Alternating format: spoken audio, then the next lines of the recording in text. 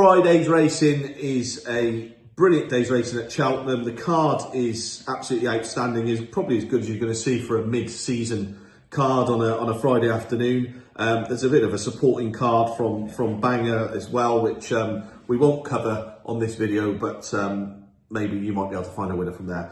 Cheltenham kicks us off. It's a nice early start. It's the 12:10 with a novices hurdle and only 4 runners, but 4 very interesting runners. Yeah, that's nice. Very highly regarded by Nicky Henderson prior to his first run in England at Warwick, where absolutely hacked up in my opinion. Came there on the steel and just drew away nicely to beat a good horse in Honky Tonk Highway, who was a recent winner at Sandown, so the form has been boosted. Yeah, I expect that's nice to continue his progress and win this actually. I think you're going to see a special horse tomorrow. Yeah, I think there's a lot of confidence behind That's Nice in terms of this one's ability. It's pretty well weighted in terms of it gets that mare's allowance against these other horses. I don't see that just talking about the others, Wingmen has won a maiden hurdle, won it quite nicely, but it's a bit difficult to assess what that one's achieved. I don't by no means at this moment in time believe that would be Gordon Elliott's best novice hurdler, but based on everything I've seen. Palacio won a nice enough Chepstow novices hurdle, didn't it? But again, I wouldn't say that was anything to be written home about, beating Friendship and Lefebvre and Clap of Thunder, who all have done okay but not set the world alight. And then Country Mile for the Skeltons. That one's probably the one I would probably take for it to chase home. One ran pretty well. I know John Joe O'Neill really loves that Road Less Travelled, who beat it last time. That was in pretty soft going, but I agree with you, Tom. I think That's the Nice better ground is the one. suit Country Mile, to be fair. Yeah, I think that's the likeliest one to chase home, the favourite. That's nice. So. Okay, Coldwell Potter cost an absolute fortune. Is he going to be as good as they want him to be? No, he's not. No, I don't think he's ever going to justify that lofty price tag. He was a good winner on his chase debut. He had absolutely nothing to beat, but did very little wrong. However, I believe Springwell Bay is going to win this race. He's a horse I've always liked.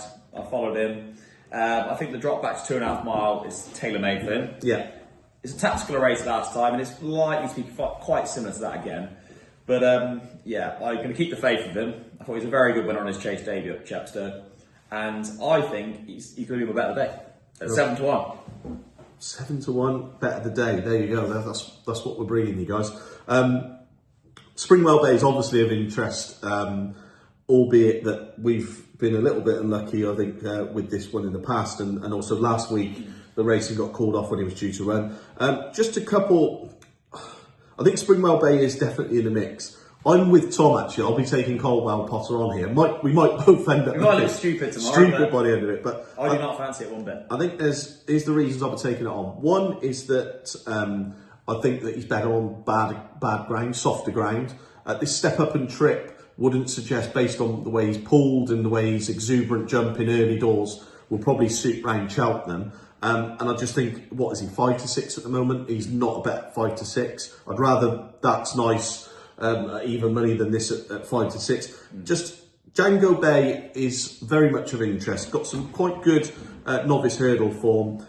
Finished second behind handstands by one of the bit lengths, giving that £5 over hurdles last season. He then went on to Aintree to finish second in a grade 3 handicap, which was a good handicap, won by Katira of Dan Skelton's. There was a lot of half decent horses in behind that day, and the other horse under these connections, who they also like, Django Blue, I think it is, isn't it? Django Blue won the week, didn't it? Yeah, really good winner actually. Won a very nice novice chase during the week, and one of the owners' comments were that they think this one could be better than that one. So if it is, then I think it could take a step forward and be there, and not to completely discount, definitely in silence, just to talk about it.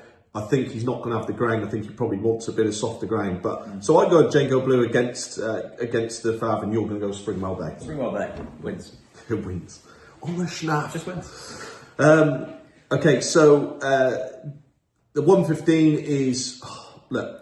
I'm quite surprised, personally, I'm quite surprised to see Valgrand pitched into a handicap this early doors, based on the fact that he's only really been beaten once, and that was by a horse probably Charm. a horse that probably could be a right lively chance for the Well, he's one of the top novices of the season so far. or whatever it's I called. think the drop back to 2 miles definitely the answer for Valgrand. He's got so much speed, and he's likely to be on the front end here and catch me if you can sort of thing. But I think that could set up quite nicely for a couple of the others. Reckless Eric, he's got a patient ride the last day when winning at Cheltenham, the November meet.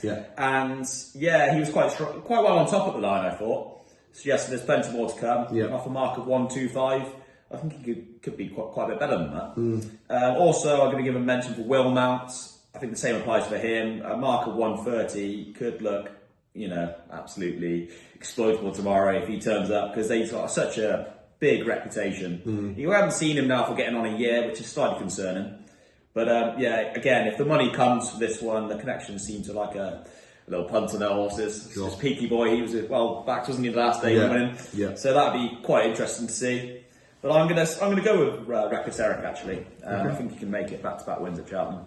I echo a lot of Tom's thoughts there. And certainly in terms of Valgrand, the step back in trip has got to benefit this one. If he gets a soft lead, that could spell bad news for the rest of them. Will Mount though might just make sure that doesn't happen. I think he likes to lay up quite handy with them. And probably just off the pace, so that they're on a keen eye on Harry, won't they? They want to let him get too far away, But if it is set up for a hold-up horse, I think Tin for Fergal O'Brien's could be the one to be on, because it ran a really good race off bottom weight in the Greatwood Hurdle last time at Cheltenham, finishing and running on fourth. Unfortunately that day for us, because we done a great video for him at 50 to 1, thought he was overpriced. Look, these sorts of races are made for him, and the ability to come off a strong pace is almost guaranteed with Valgrand in here, I would say. And he could be the fastest finisher. Whether or not he's going to get to those, I'm not so sure. That's pretty much where my sort of thoughts lie. Will Mount probably is well handicapped as well. They talked about that being one of the best handicapped horses in Henderson Yard. So if it is, it's got to go very close here as well. The 150, not much for me to point out other than, are we going to say Chianti Classico just wins this, doesn't it? Chianti Classico just wins, yeah. I mean, look, a mark of 157 is not going to make life easy. However, I think if he's going to do it in one of these handicaps, it will be tomorrow, given the opposition. I think they're pretty exposed horses, probably bar King Turgeon, who was a good winner at Aintree latest. But you go through the rest of the field, and I think they're all perfectly beatable, and I just can't see him getting beat there. He's a good course winner at the festival. And on return at Ascot, he looks as good as ever. And I think he's just going to win.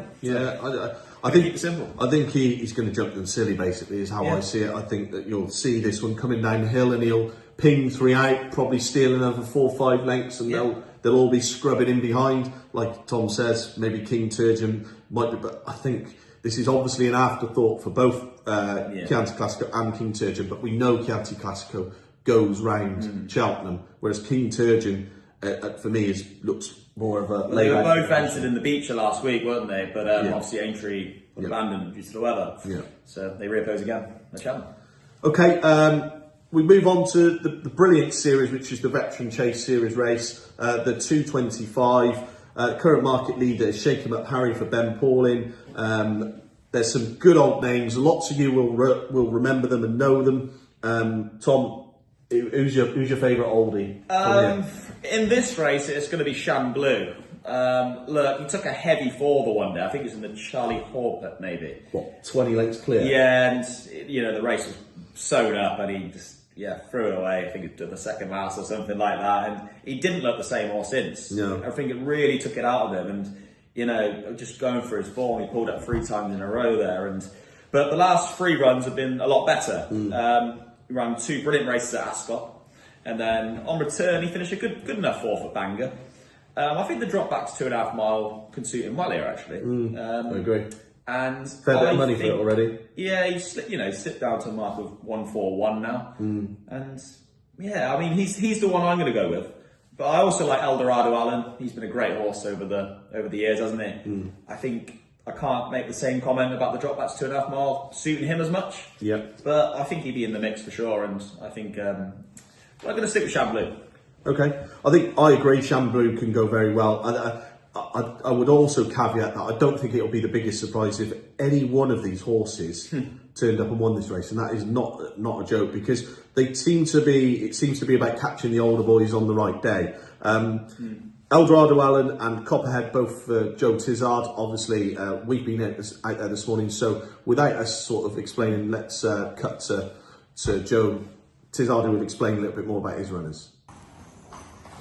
A stunning older horse, lovely grey. Yeah, he's still 150 rated, so he's still my second highest rated horse at 10 years old. Ran in a Gold Cup for us, placed in an Arkle. He's always been just shy of top class, but been placed in all those good races. He still looks magnificent. I think he's got a right chance on Saturday. He'll love a bit of decent ground as he's got older. What was the race it won at Newbury that day? He won the Denman at Newbury. Yeah. That was the first time we sort of stepped him up to 3 miles. I was there that He's day. been placed in a Coral Gold Cup. He's placed in a Charlie Hall. He's taken us for some serious days out, and just been a real solid horse. And now this is his first season in the veterans. He was second at Warwick. We looked like he was going to win and just got a bit tired. And he'd have a right chance. This weekend. Good. It'd be nice to see this one back in the wings. Yeah, it would, and good for Terry Warner's and John Romans own him. Yeah. Terry's been a big supporter, and He has, I mean, to be fair, this is a horse that owes you very little, isn't it, Copperhead? no, he's been brilliant. He won us at Reynoldstown, and he had a crunch and fall in the what was the RSA then, and he actually smashed his eye socket out and just a bit of a dent there. And it took him. That's why he lost his form for a lot of years. He had a nosebleed for 6 months. Was that confidence then, did you say? Confidence as much as anything. And he was like, they can't tell you, but he was obviously in a bit of discomfort for a bit. But he bounced back in the last 2 years, been real consistent. Yeah. And then these veterans races this year, he's absolutely loves. He's going to go to Sandown for the final in January, but it's more. It's a great series, that, isn't It's it? a brilliant series for good old horses that you know the names. I'm going to run him and Eldorado Allen on Saturday, and probably play to Eldorado Allen's strengths a bit more because it's 2-5 on good ground. But this boy owes us nothing. He deserves a day out, and I want to just get a run into him before the Sandown final. Really. Okay. We've won 3 this year. Yeah, he's been brilliant this Been year. hasn't fantastic. It's just lovely to get him back in the winners' enclosure and then to go and do what he's done. He's won 60 grand in prize money this year, so he's given the owners a lot of pleasure. They're an elderly couple that I've loved every second of him. he? In fairness, I'm a massive fan of these veteran series races, just because it's so nice to see some of these older horses still being given a chance to win races. Isn't it? 'Cause Absolutely. otherwise, they're going to find it very difficult. Yeah, bump into a youngster all the time. It's a good race on Saturday at Cheltenham, which some of the the ones this horse has been winning, there's only been 4 or 5 in it. So you want them to be competitive, otherwise they disappear. Yeah. So, and pleased with Good luck. them. Good luck with him. The rest of the field, as you can see, excluding Eldorado Allen and Copperhead, as we've just pointed out, very competitive. I will actually take a punt on Eldorado Allen. I saw it work this morning. He worked with his head in his chest, and I was really impressed with the way he was. Just his overall spring in his step.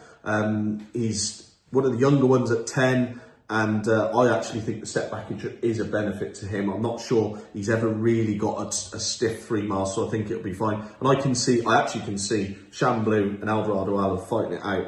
And unfortunately for Copperhead, I think he needs a bit further this day and age, and that might see him. He's been in fine form, hasn't he? Yeah, been great form. We'll move on to the 3 o'clock, which is over the cross country fences. I hope I'm right, because my bet of the day would land in this race. I hope you don't mind, I'll kick us off. Yep. Mr. Coffee, I agree. without question, is my bet of the day here.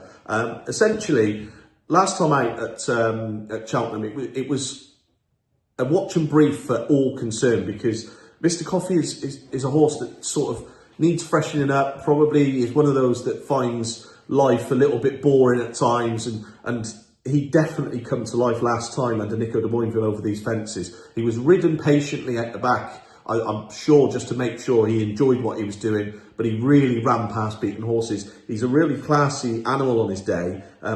They've always thought he was a mile better than 140 rated anyway. Gets in here off 10 stone 9, so he's not out the weights or anything like that. He's running off his actual mark.